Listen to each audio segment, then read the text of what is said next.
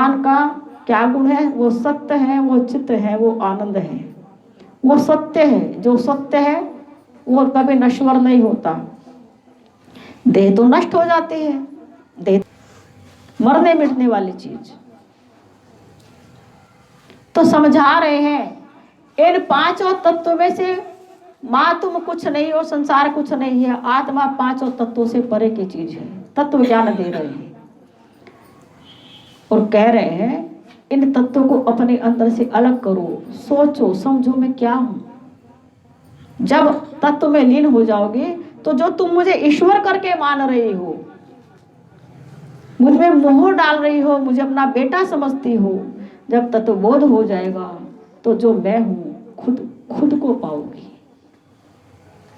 तत्व ज्ञान दे रहे हैं अपनी माता को और बता रहे हैं, वो पूछ रही है ये तत्व की उपलब्धि कैसे होगी? कि सतोगुण को बढ़ाइए। सतोगुण उस ईश्वर तक ले जाता है, बुद्धि को स्थिर करता है, मन की चंचलता को खत्म करता है। दैवी गुण को, दैवी संपदा अपनाइए, आसुरी संपदा, आसुरी प्रवृत्ति को अपने अंदर से हटा दीजिए तो ज्ञान प्राप्त होता है। सतगुण हमारे अंदर ज्ञान की राशि भरता है। गीता में भी दैवी संपदा और आसुरी संपदा का वर्णन है। भगवान श्याम सुंदर कहते हैं कि अभयम सत्वम संशुद्धि ज्ञान योग व्यवस्थिति दानम दामश्च यज्ञश्च स्वाध्याय तप आर्जवम। क्या आप बता रहे हैं कि जो दैवी संपदा को लेकर मनुष्य इस जगत में आता है और जिसके अंदर दैवी संपदा है, दिव्य गुण है, ईश्वरीय गुण है, दैवीय गुण है, उनके गुणों के लक्षण बता रहे हैं श्याम सुंदर। क्या बता रहे हैं कि अब अयम, एक तो वो डरता नहीं किसी से, पर डरते तो चोर भी नहीं, आके गर्दन काट देते हैं, डर ही नहीं लगता पाप का। नहीं, ये डर वो दिखाने के लिए तो साहस है, लेकिन पुलिस के आगे वो भी डरते हैं। जेल जाने से डरते हैं, इसलिए चोरी चोरी छुपे छुपे आते हैं। सबके सामने, पुलिस के सामने डाका डाल के दिखाओ तो कहीं डर है, इसलिए रात को आते हैं, रात को दुकानों के ताले तोड़ते हैं, रात को। हाँ बैठो, दुर्लभ ज्ञान है, कभी कभी इस ज्ञान का बहाव आता है। न कथा में तो नाच गाने चला करते हैं आजकल। बिहारी लाल की, साचे दरबार की। भगवान श्याम सुंदर बता रहे हैं कि अब हम उसको भय नहीं रहता, लेकिन मृत्यु का भय हम सबको है। मेरा बेटा है, मेरा पति है, ये ना कुछ हो जाए, मुझे ना कुछ हो जाए, तो भय में जीते हैं। भगवान कहते हैं सत्व गुण बढ़ जाता है तो अब हम निर्भय हो जाता है, भगवान के ऊपर आश्रित हो जाता है। तूने दिया था, तूने ले लिया, रोना धोना किसी काम का नहीं है।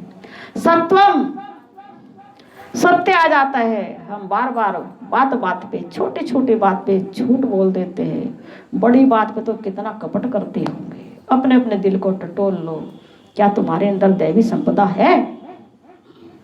संशुद्धि, शुद्धिकरण होना चाहिए, तन की शुद्धि हो, वचन की शुद्धि हो, कर्म की शुद्धि हो। हम केवल कपड़ों की शुद्धि तक ही सीमित हैं, जाति की शुद्धि तक सीमित। मैं ब्राह्मण हूँ, ये शूद्र है, मैं इस जाति का, ये बाह्य आडंबर भरे पड़े हैं, अंदर अंतःकरण की शुद्धि। योग व्यवस्थित, योग में हमारी आत्मा स्थिर रहनी चाहिए, हमारा मन योग में स्थिर रहना चाहिए। क्या हम योग में स्थिर हैं? 5 मिनट ध्यान में बैठ के देखो, पता लगेगा 75 बार हमारा मन बाहर चला गया, कहाँ स्थिरता। दानम, दान देना, ये भी दैवी संपदा है। हम एक हाथ से दे, दूसरे हाथ को पता नहीं चलना चाहिए। और हम जो दान देते हैं, जब तक 50 लोगों को पता ना चले कि मैंने आज क्या दान कर दिया, तब तक तो हमें पानी भी नहीं बचता। दान देना नहीं आता, पैसा भी लगाते हैं, सब अपने लिखे हुए खुद मेट देते हैं। भगवान को लिखने की जरूरत ही नहीं पड़ती। कहले क्या जरूरत है भाई, खाते में इसने कितना दान किया, पता है दान देगा, गाएगा अपना, मिट जाएगा, मुझे लिखने की जरूरत ही नहीं है। दमश्च, इंद्रियों का दमन करिए, संयम में रहिए, नियम में रहिए। यज्ञश्च, यज्ञ करते रहिए। लोग सोचते हैं पंडित को बुला करके समिधा अपने यहाँ प्रज्वलित करके सामग्री डाल के शायद वही यज्ञ होता है। ज्ञान भी एक यज्ञ है। एक यज्ञ चल रहा है आपका, 7 दिन का यज्ञ चल रहा है। कथा सुनना यज्ञ है, कथा कहना यज्ञ है, कीर्तन करना यज्ञ है, मंत्र जप यज्ञ है। मंत्र में श्वास और प्रश्वास चलते हैं, प्राण का अपान में और अपान का प्राण में हवन होता है, ये भी यज्ञ है। स्वाध्याय, स्वाध्याय करिए, अपने आप के दुर्गुणों को टटोलिए, सद्गुण को विकसित करिए, ये भी स्वाध्याय है। मंत्र जप करिए, ये भी स्वाध्याय है। कथा पढ़िए, भागवत पढ़िए, रामायण पढ़िए, मोक्ष शास्त्र का अध्ययन, ये भी स्वाध्याय है। ये अर्जित जो करता है, अर्थात अभयम, सत्य, संशुद्धि, ज्ञान, योग, दान, तप, यज्ञ, स्वाध्याय, ये सब दैवी संपदा है। क्या हमारे अंदर ये है? अगर करते हैं तो इसमें कितनी त्रुटियां हैं कि होने के बाद भी ना होने में गिनी जा रही है। फिर बता रहे हैं श्याम सुंदर कि अहिंसा, सत्य, क्रोध त्याग, शांतर पैशुनम, दया, भूतेश लोलुप्तम, मार्दवम चापलम। 16 गीता के 16वें अध्याय का ये दूसरा सूत्र है कि अहिंसा, हिंसा नहीं होनी चाहिए।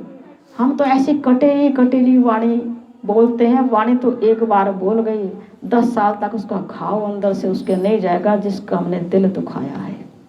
ये पाप है।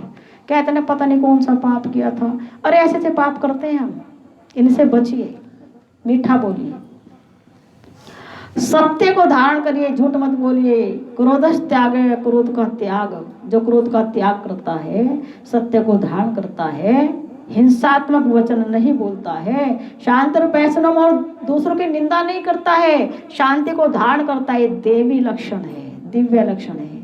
टटोलिए अपने आप को, खोजिए हम कहाँ हैं, कितने दुर्गुण हमारे अंदर। हम तो वास्तव में चुभती चुभती वाणी बोल देंगे। एक बार भाई ने कुछ काम किया तो भाई को बोल देंगे, बहन को बोल देंगे, बेटी को बोल देंगे, माँ बाप को बोल देंगे, पड़ोसी को बोल देंगे, ऑफिस में बोल देंगे, कर्मचारी को बोल देंगे। हमारे जीवा भी हमारे कंट्रोल में नहीं है। फिर कहा दया, प्राणी मात्र पे दया करो, लोभ मत करो, लोलुप्तम, मार्दवम, चापलम, चंचलता छोड़ दो मन की। फिर कहा तेज, क्षमः, धृतिः, शौचम, अद्रोहम नाति मानिता। तेज होना चाहिए, भगवान के नाम का तेज हमारे अंदर भरना चाहिए, उनका सुमरन करना चाहिए।